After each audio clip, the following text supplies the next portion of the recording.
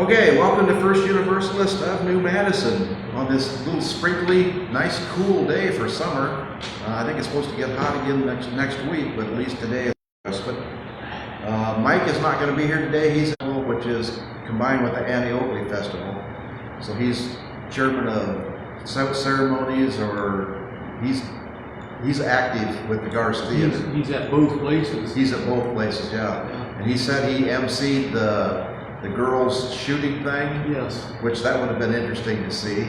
Another great niece of Annie Oakley won this year. Oh, she did. Sixth generation. Sixth generation. That's pretty incredible. And unfortunately, I had a meeting in Trenton yesterday to look about the data centers, which is how we ended up with where we are today. We're going to talk about data centers. And I have another meeting in Middletown today, which people have already remarked, you're not wearing a tie. And I've worn a tie to church for the last 30 years. I don't know why. It's something that I grew up with, and it just kind of sticks with me. It's just that's kind of a church thing. It's not fancy dress, it's just a tie. So since I have to go down there and it's hot, I've decided not to wear a tie down there, but I'll have a tie on next week. So. All right, do we have any announcements?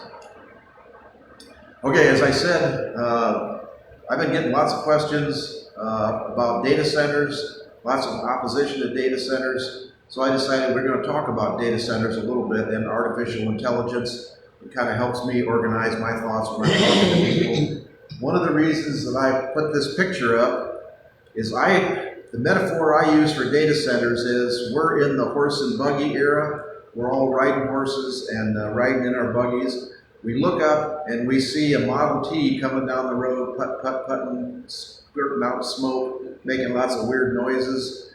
There's no stop signs, there's no yield signs, there's no white middle line, there's no intersection control, there's nobody telling cars what side of the road to drive on. That's where we are with data centers. It's a brand new thing that it's coming on to us like the future is coming on that we can't stop. We have no idea what it's going on, even what it is, and we have no idea who's in control of it. We know the people making the cars are selling the cars and pushing the cars. They're pushing data centers. They're telling us we have to have data centers. There's over 5,000 data centers in the United States already. It turns out they're not quite the benign little neighbor that doesn't cause any trouble that they want us to believe that they are. So people are beginning to say, what is going on here? And what we're beginning to ask is, how about some local control? How about you tell us what you want to do and then let us say whether we want to do that or not? That's just the basic fundamental principle of democracy. So that's kind of what we're going to talk about today. Okay, If I Loved You is our prelude.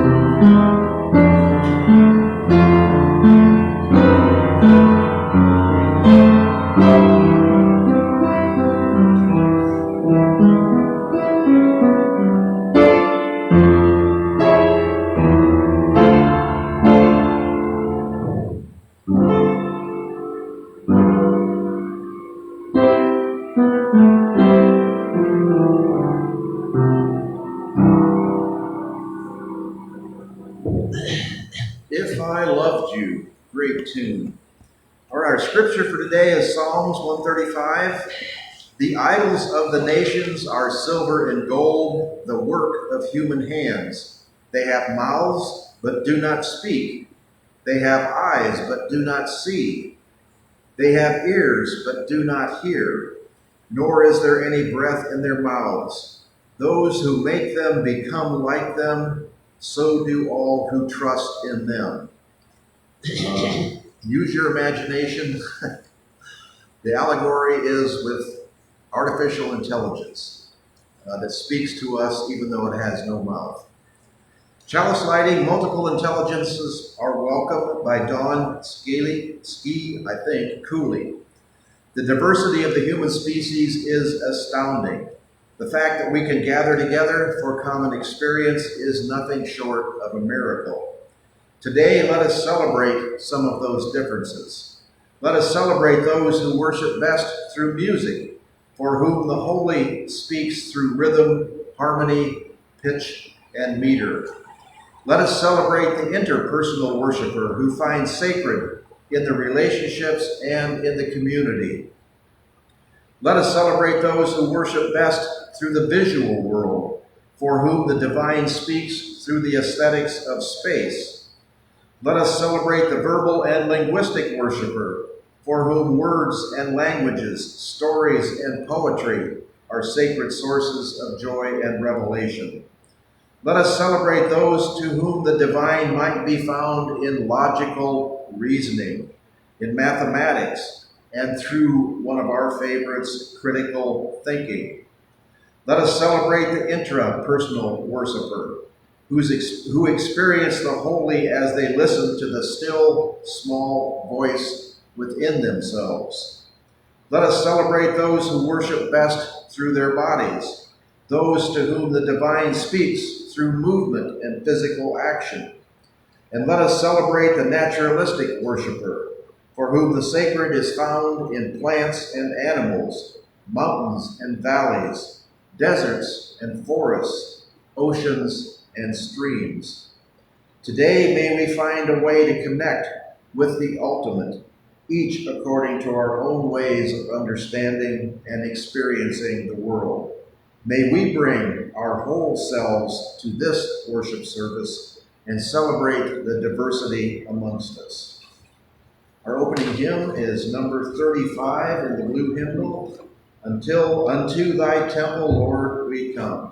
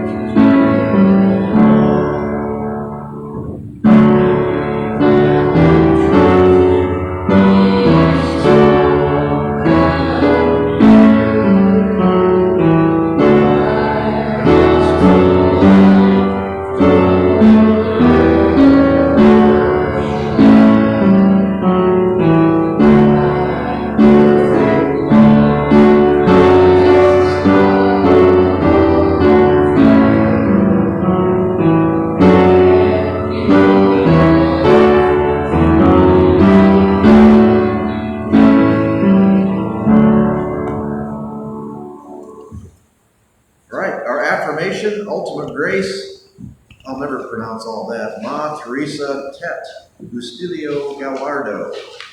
Ultimate grace, the heart of every matter, in every perfection and imperfection, in all senses and tenses, in moments of every right and wrong, presenting choices to inquiring hearts. You are the purpose and journey of mishaps. You are in moments of understanding and misunderstanding. We have but to seek and invoke you and enable the work of your Spirit, as prayer is but an articulated common dream. We invoke our ultimate concern for the work of faith. We long to be hand in hand, creating a world where everyone belongs. Free us from our hindrances. Make invisible things visible, the voiceless heard. Lay what is hidden before us. Make the chained unbound, the doubting believe. What is confusing, let clarify. As hardened hearts grow soft to the touch, may we come in fullness with gratefulness, in faithfulness to one another. May we speak in kind, conversing, disclosing our truths with care, expressing our practical wisdom to learn of its practical limits. For the world was not meant to be possessed by a singular truth, but to be built together upon revelations. Remind us of the very questions that we have turned away from, that we have thought could not be answered or are impossible to realize. Dear universal intelligence, your embrace contains everything but confines nothing. In ever insistence of existence, may this one moment count. Amen. That personifies Unitarian Universalism. Very complicated structure, complicated thought process, but it comes down to a simple expression. In the ever insistence of existence, may this one moment count. We learn all together as a group, but we learn individually in that group. All right, joys and concerns. Hopefully the Annie Oakley Festival goes well. It's sprinkling rain, so hopefully they don't get a full-fledged shower up there. That's going to put a damper on things. I think the parade went well yesterday. I love parades. Sorry I didn't get to see that. And like I say, I won't be able to go today because I have another commitment in Middletown. So I'm going to miss the festival entirely this time. Ukraine, nothing has really changed. As we talk about every Sunday, the Ukrainians are masters at creative intelligence, creative manufacturing. I heard on the news yesterday the Ukrainians had 20 drone manufacturers 10 years ago. Today they have over 500 drone manufacturers, and they are carrying out their side of the war with drones. A tiny army, a tiny military force behind. They're not getting much help from the United States. They are getting help from the European Union. They are providing arms and material and money. But the Ukrainians are sinking Russian ships, blowing up Russian planes, and blowing up Russian tanks with drones from a distance. It's a pretty incredible standoff against a major power like Russia, with the military that Russia has. So our thoughts and prayers still go with Ukraine. Israel, no changes in Israel. They continue to bomb Lebanon. They continue to bomb Gaza. The plans, and they're becoming less and less shy about telling us what their plans are to completely clear out these areas. They have established more and more Jewish settlements in the occupied areas, which is illegal according to the United Nations. The United States is assisting in that. The United States has just declared the International Court of Appeal, or the International United Nations Court, an illegitimate object, and they will not support it anymore. So we're trending farther and farther away from the community of nations to becoming a community of one or two, us and the Israelis united.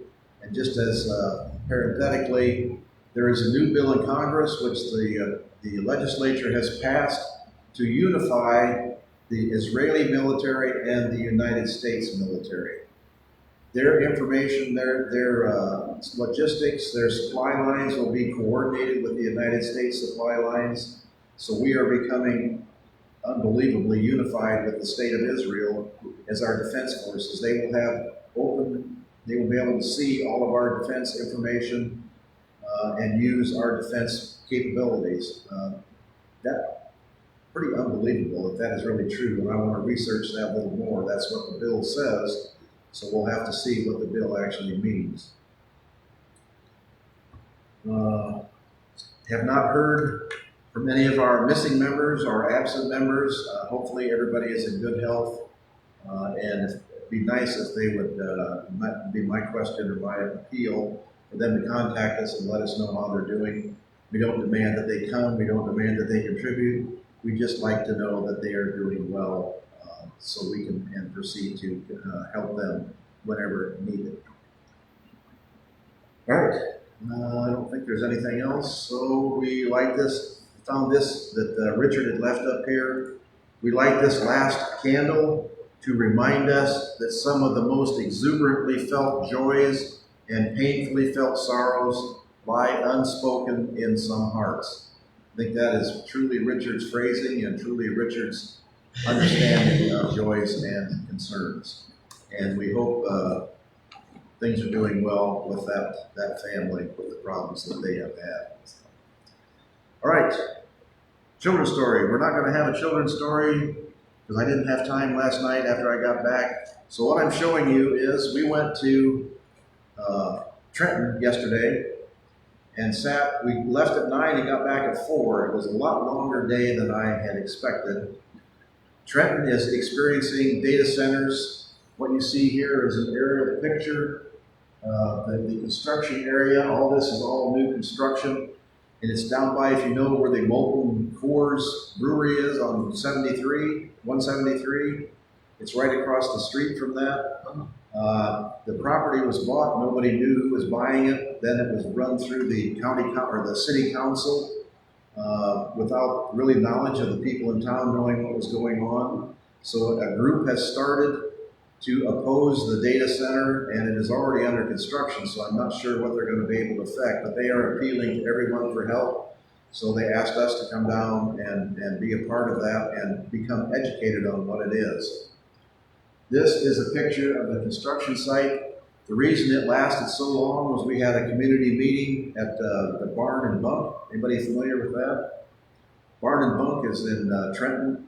Really interesting, a guy who farmed that ground, still farms the ground, and I didn't bring them. I've got pictures I can show you later. Has created like a farm market. He has antique tractors there.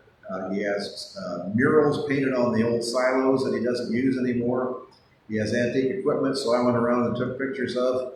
He has a one-row New Idea corn picker, which is exactly like the corn picker that we used, only we had a 2-row, and he only has a 1-row. He has a mounted corn picker, which we also had a mounted corn picker. He has a 1066 International, perfectly restored and painted, a lot better looking than any tractor we ever had.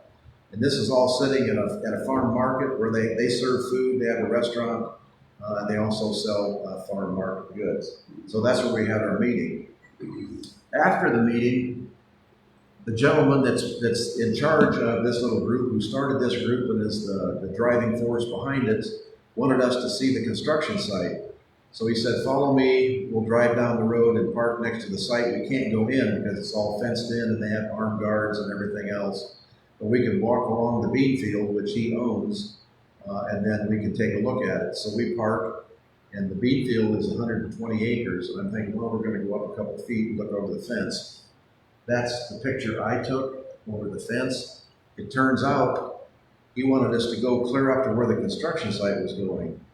Do you know what the circumference, the length of circumference of a 145 acre field is? That's a half a mile on each side. So we walked half a mile through a bean field, through the brambles, through the fence row. It was all overgrown. I am too old to walk half a mile in the bush when it's 95 degrees out, and then take 2 pictures and then walk half a mile back. So I told him, buy a drone, fly up over it, take pictures of it, and then show me on my computer what the pictures look like. I don't have to see it in the physical example of what it actually is. So today we're going to Middletown for another meeting, and I told them I am not walking a half a mile anywhere in Middletown. Mr. Towers, is that the brewery? That is the brewery. The brewery is here, and these here are the new, we'll talk about it, and actually we're going to talk about it right now. These artificial intelligence data centers take a horrendous amount of electricity. They have to have backup generators in case the grid fails. So this is, down there, it's Duke Energy is building backup generators with diesel engines. That's one of the problems. We'll kind of get into this as we go. One of the problems with data centers is the noise. You would think a giant building with computers, just humming is all you would hear. Well, actually, humming can be pretty distracting. It goes on 24 hours a day for 365 days a year. But the other problem is they all have backup generators. They just don't use the generators when the electricity goes down. Every week, the generator has to run for 20 minutes or 30 minutes to make sure it's in operable condition.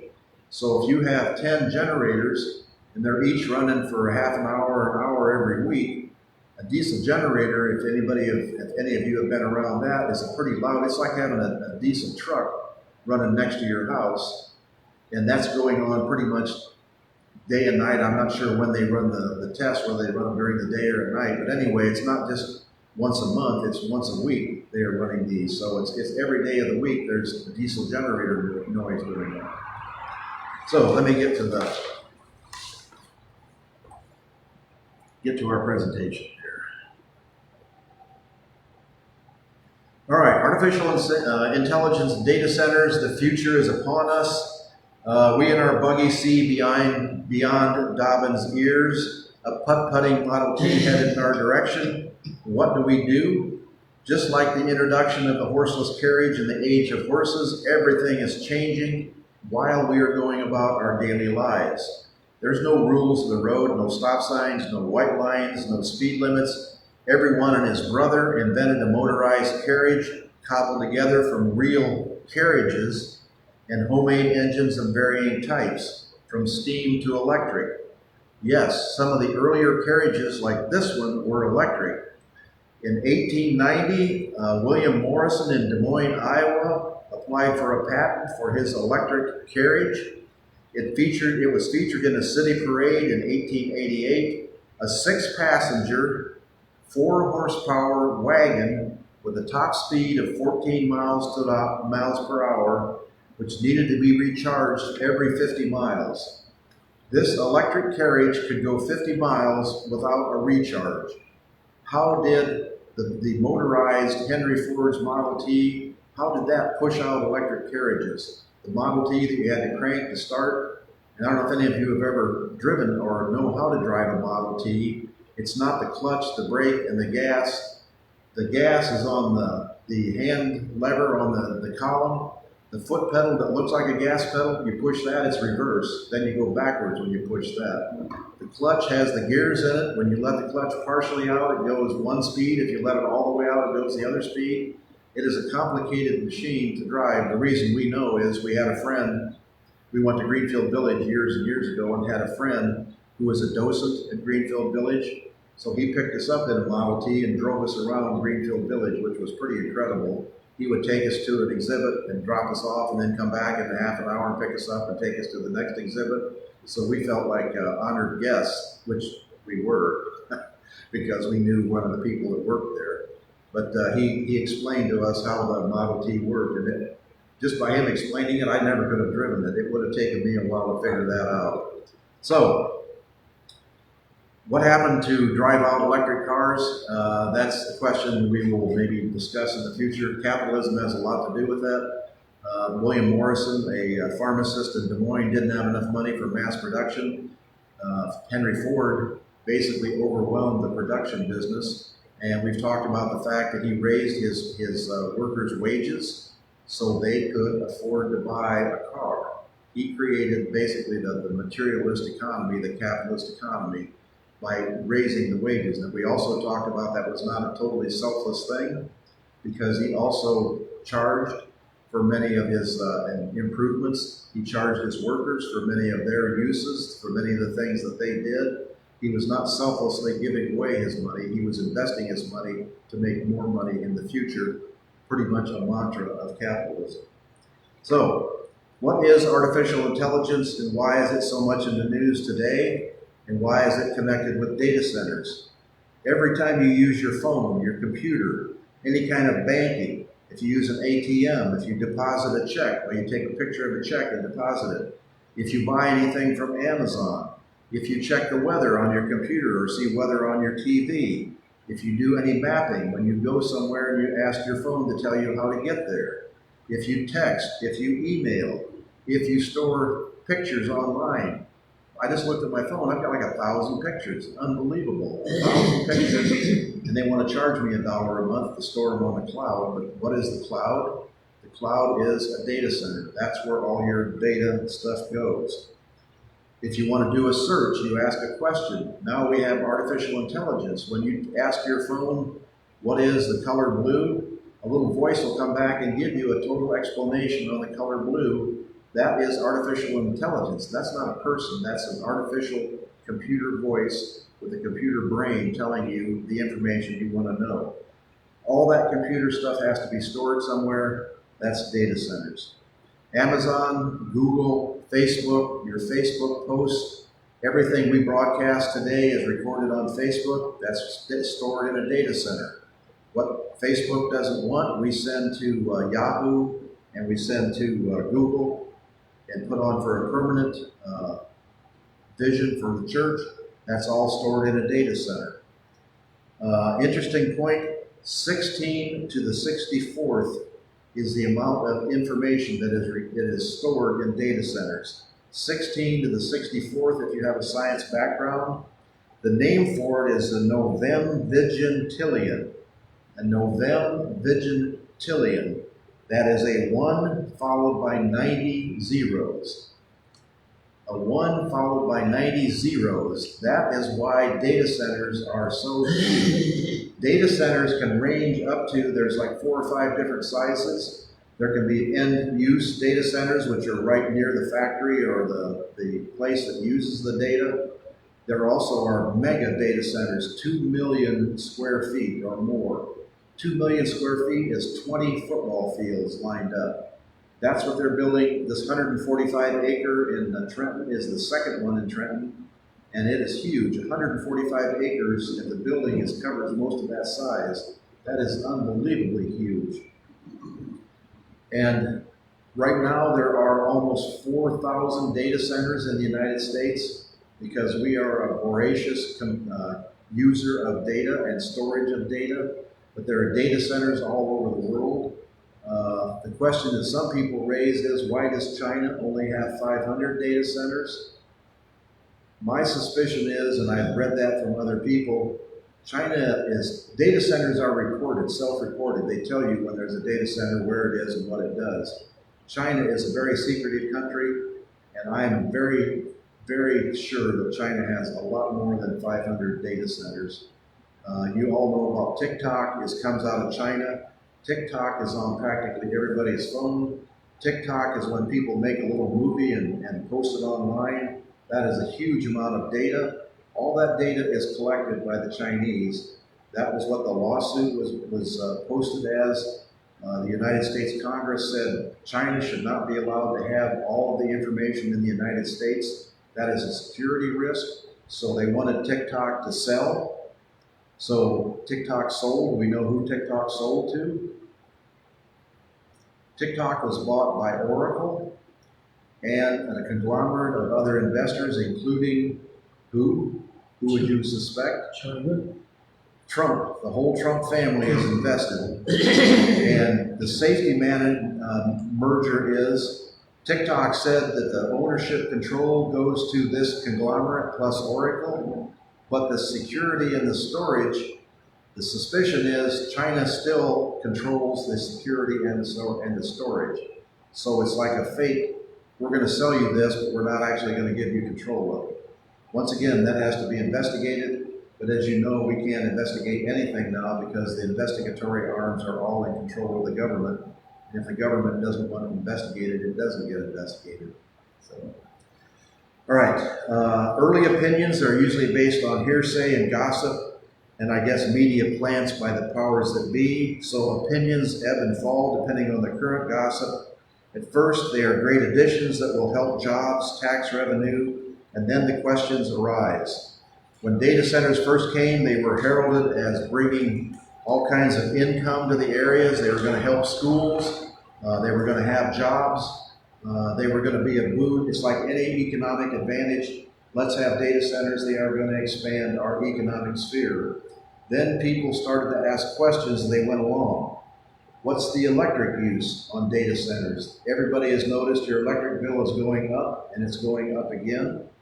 Everybody has noticed DP&L was sold to AES. AES has now been sold to BlackRock. BlackRock is an investment group. They don't produce power. They're not interested in running a power company. They are interested in making money. So the idea is BlackRock buys a business, they raise the price, they drain the funds, and then they sell it to somebody else. So you can expect your electric bills to rise again. One of the reasons your electric bills rise is data centers use a huge amount of electricity. In Utah, the guy that runs Shark Tank, he's a Canadian investor, I don't remember his name, wanted to build a data center in Utah, or is trying to build a data center in Utah. That one data center uses or will use more electricity than the entire state of Utah. One data center will use more electricity than the entire state of Utah. That is what is happening to the data center use in the United States. When a data center goes up, that's why there are generators there. And then that's why people are pushing for coal plants, nuclear plants. They're trying to expand our electricity generation. What is the problem with electricity generation? If there's a coal plant on the Ohio River, how does the electricity get to Trenton, to the data center? It comes over high tension lines. You know what high tension lines are? Those are the great big towers with the electric wires the size of your leg, like 5 or 6 of them running through the sky. Those are expensive to build. Who pays for those? The ratepayer pays. That's why AES is asking for a raise in rates, because they need to build more high tension lines.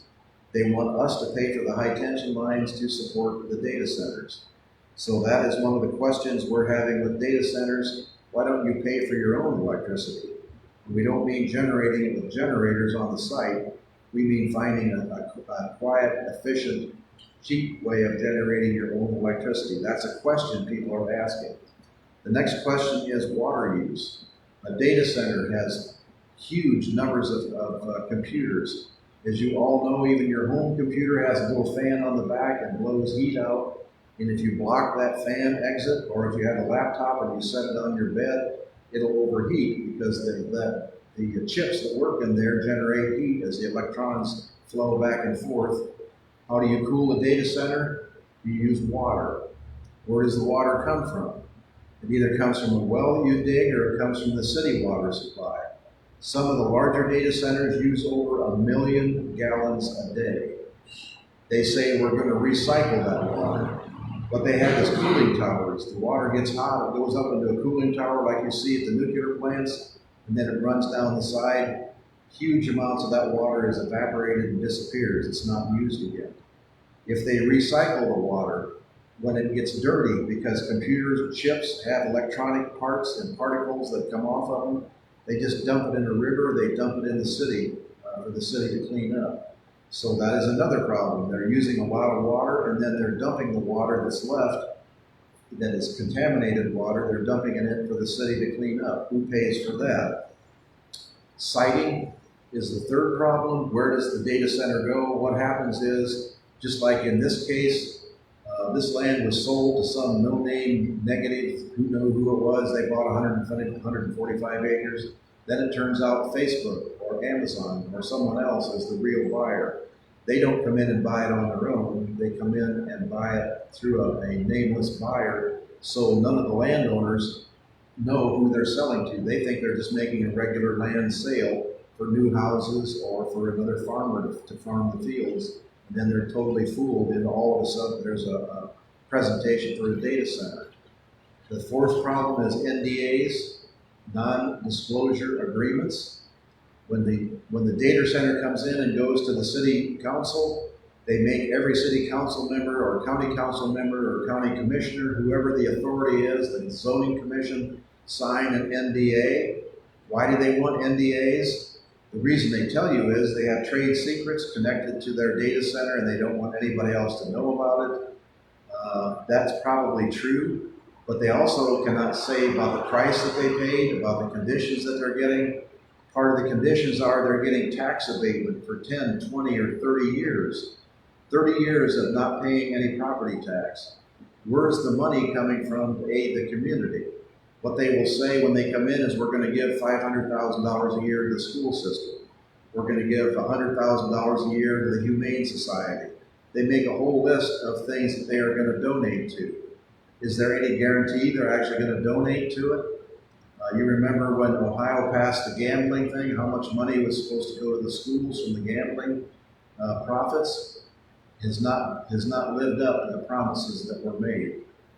People tell you things and then they don't follow through. There's no control. There's no consequences for lying to city officials when they can't tell you what's going on. So one thing that people are asking for is an elimination of NDAs. No more non-disclosure agreements. Everything should be open and above board. We should all know about it. All right, and we're not saying, and I don't think anybody is saying that data centers should be banned entirely in New York. They have said there's a moratorium, no data centers to be built for a year. They're not banning them entirely because we will need data centers. They are saying we want to establish local control. We want to know what's going on with data centers. We want to put in stop signs, yield signs, roundabouts, however you want to do it, traffic lights, speed limits. We want to have white middle lines. We want to know what is going on. It seems only a fair question, a fair request in a society where we will be living next to the data centers and we'll be paying for the data centers. Okay, personal property tax revenue, that has increased in Loudoun County in Virginia for the last 15 years. It went up 600%. And we know here property taxes are going up. The evaluation of your home, your recheck on your home. So your tax base is going up, and that is, property tax is what pays for all of your electric, for your, not your electric, but your gas, your fire department, school system, police department, libraries, all this runs on property tax. We've talked about this before. Property tax used to be 70% business, 30% personal. Now, because of the Ohio legislature, it's 70% personal. People pay the property tax, and businesses only pay 30% of it. Businesses and wealthy people are getting advantage every time the legislature meets. Okay, like any new flash in the pan, sometimes data centers, when they came in and looked really good at the beginning, people are starting to question them, and sometimes they fall apart. Remember the Segway? Does anybody remember Segway? The little two-wheeled scooter that people rode on was going to change the world. People invested huge amounts of money in it, and then pretty soon it found out that people were falling off their Segways and it wasn't as practical as they thought, and now you can find a Segway in a museum, but I don't think you can buy one unless you want to find one on eBay, someplace where it's used. The same thing is happening with data centers. The rich companies have jumped into data centers to make $1 million, and sometimes they're finding out they're not making as much as they thought. One of the biggest ones is Oracle, which we talked about with the TikTok and buying it from the Chinese, hoping to make a fortune on TikTok. They invested a huge amount, millions and millions and millions of dollars in data centers. They've come up short on their profits, so they laid off 21,000 employees. 21,000 employees were laid off. They went from 162,000 to 141,000 workers trying to pay for the data centers they built but haven't been able to profit from yet. Let's see. Basically, they lowered, and part of the problem with Oracle is because of the mistake they made, they lowered their security investment rating. AAA is the best, and you can go down to actually below acceptable, which is BBB minus. Oracle is like one step above BBB minus, just because of the investments they've made there. So the other thing that I want to talk about, and I think is important, is when we talk about artificial intelligence, that's what is running data centers, and we haven't talked about that much now. We may be in a little bit. But one thing that you might notice on artificial intelligence is how many have seen the movie I, Robot with Will Smith? How many have seen The Matrix? How many have seen Tron? If you're old enough, you have to be pretty old to remember Tron as a Disney movie. All of these movies are movies of artificial intelligence becoming uber intelligence and taking over the world. iRobot is when the robots decide they want to take care of people and they know how to take care of people better than people do, so they stage a coup. And Will Smith is the hero who defeats the robots in the end. The Matrix, it was a series of 3 movies of the same thing. The Matrix is a very interesting movie if you haven't seen it. People become nothing but batteries for the giant computer that runs the world. And they basically are given dreams, and they inhabit their lives in a dream world, not a real world. And the computer runs all that, and then the people revolt and try to destroy the computer. This is all just movie makers and movie writers' dreams and fantasies and nightmares. Okay, this has actually happened. Just last week, an OpenAI agent for ChatGPT, and I love their names, ChatGPT went rogue and escaped. So there was a sandbox set up.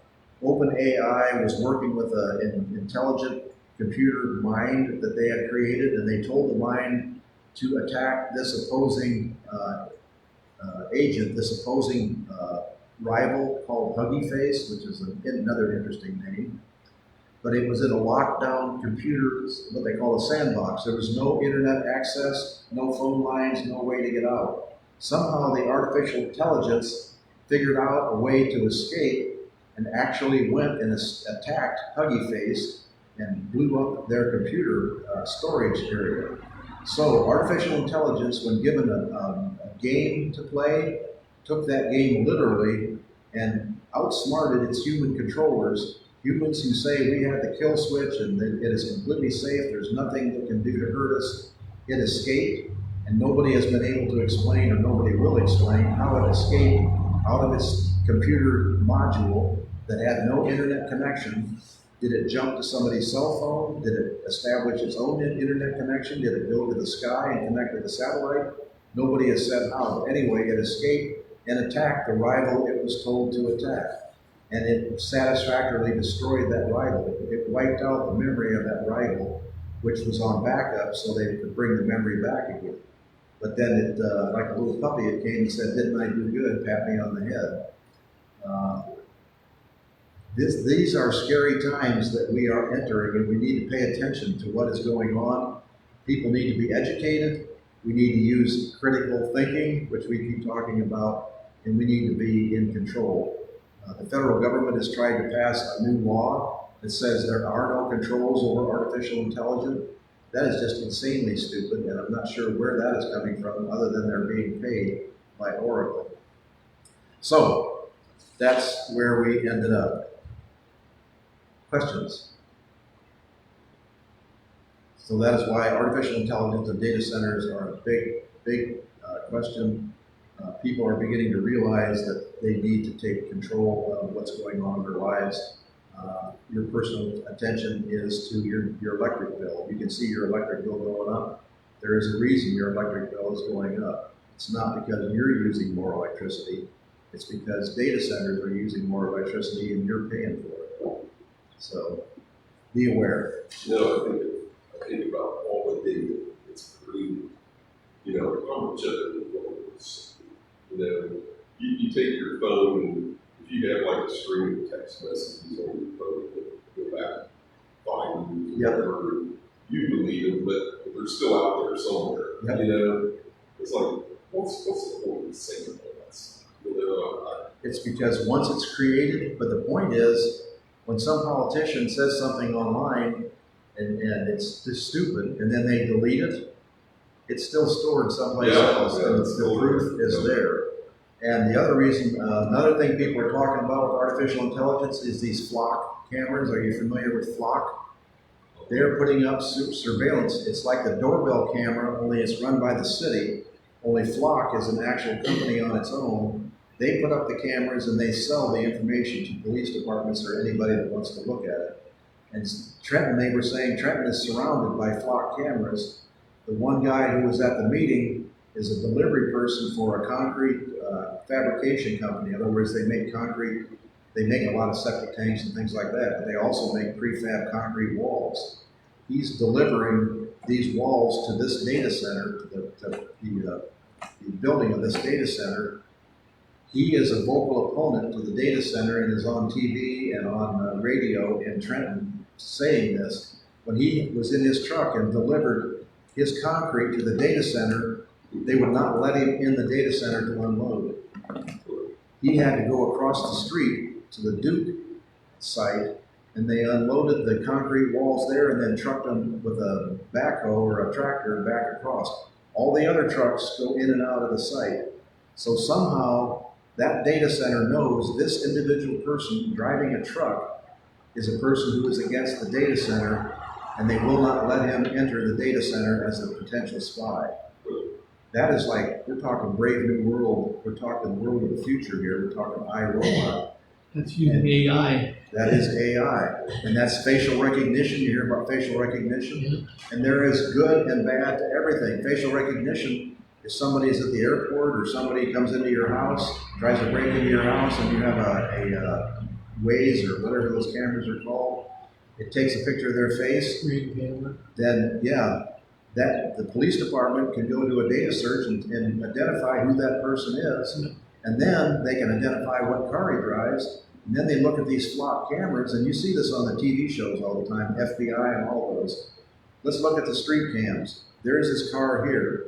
There's his car here. Now we know exactly where his car is parked on the street because of all these cameras that followed him along. So if a child is kidnapped or somebody does a murder, there is a good reason why we are using all this information. The problem is it can also always be misused. Yes. And that's what we see with the Defense Department. We see that with the security, the department in the government that's arresting people for throwing a Subway sandwich at somebody, or arresting people for touching a piece of fabric floating up from the bottom of the reflecting pool. Yeah. I mean, it's crazy. And threatening them with 10 years of jail for throwing a sandwich or touching the reflecting pool. It's a jagged edge. They even have pictures of it. He didn't cut it with a knife and pull it up. It's a jagged edge. It just came loose by itself, and all he did was touch it. And yet he's threatened with 10 years. Well, you know that the grand jury is going to throw that out. But that's not the point. The point is they intimidate anybody from investigating, from trying to do anything, from trying to stand up. Intimidation is the name of the game. If you do anything to oppose the government, you will be charged with a crime. You'll have to spend thousands of dollars for a lawyer. Your life will be turned upside down. Most people are going to say, I'm not going to do that. So it's scary times. All right, we're running over here. So for the offering, if you have somebody to contribute, please do. We're going to hear The Sun That Shines.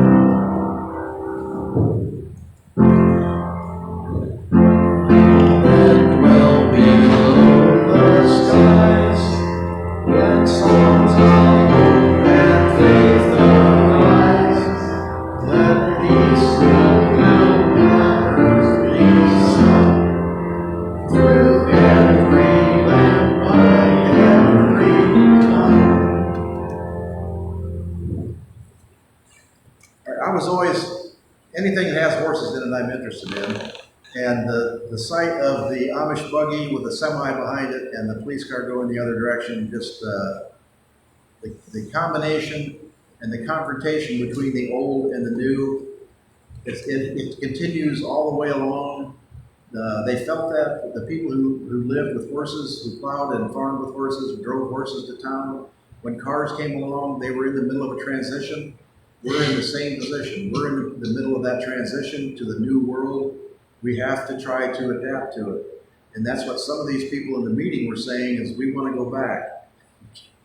You can't go back. The world is going to go on with you or without you. You can't just say, I'm going to live in my little place and I don't want anybody to bother me, because people are going to bother you. If you use electricity, you're going to pay for electricity. If you use water, you want to know whether somebody's taking all the water out of the aquifer so your well's going to run dry, or if they're dumping polluted water onto your aquifer, which is going to pollute your water. We haven't even gotten into that yet, the number of wells that are polluted now from either animal waste runoff or fertilizer runoff from farm fields with pesticide runoff. Sometimes it's kind of scary to have your water checked. So, all right. Closing hymn is number 34, Though I May Speak with Bravest Fire.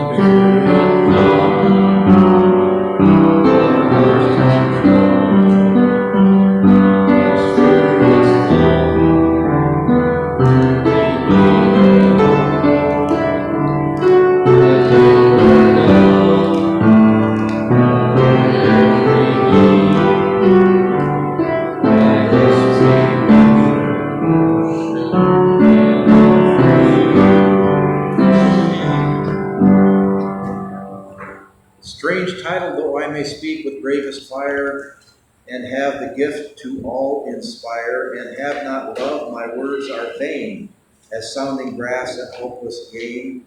Though I may give all I possess, and striving so my love profess, but not be given by love within, as profit soon turns strangely thin.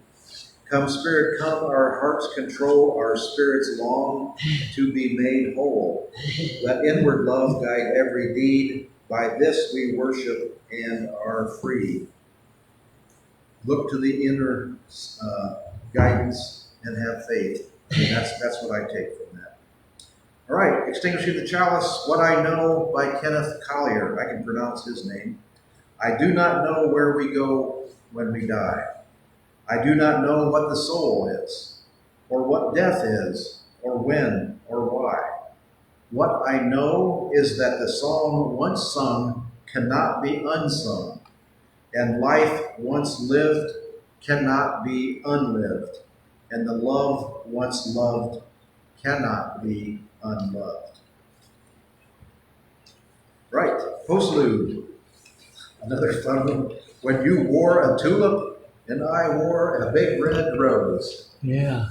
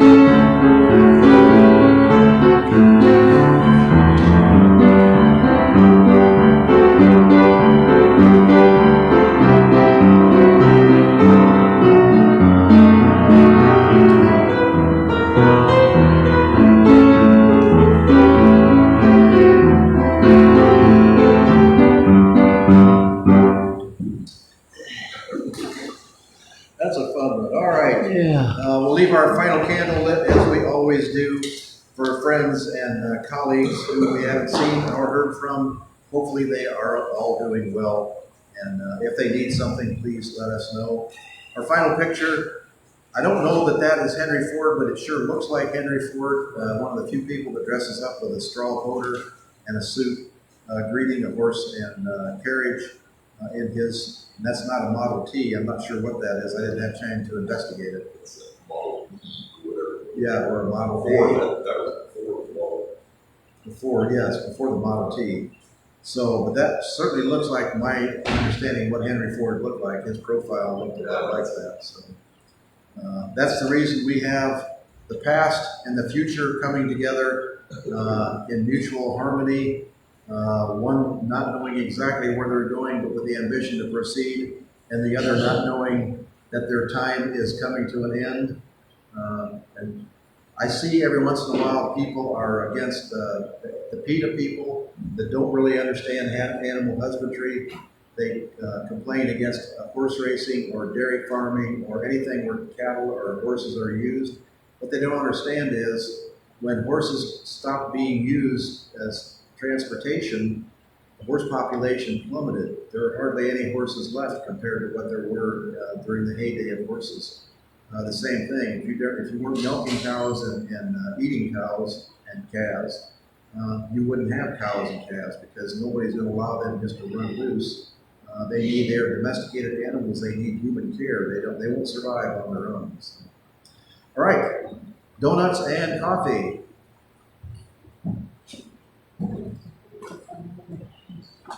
Yeah.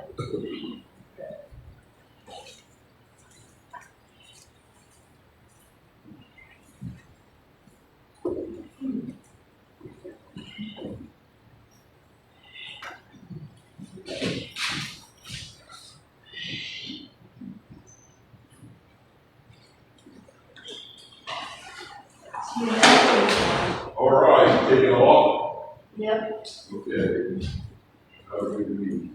Thank you.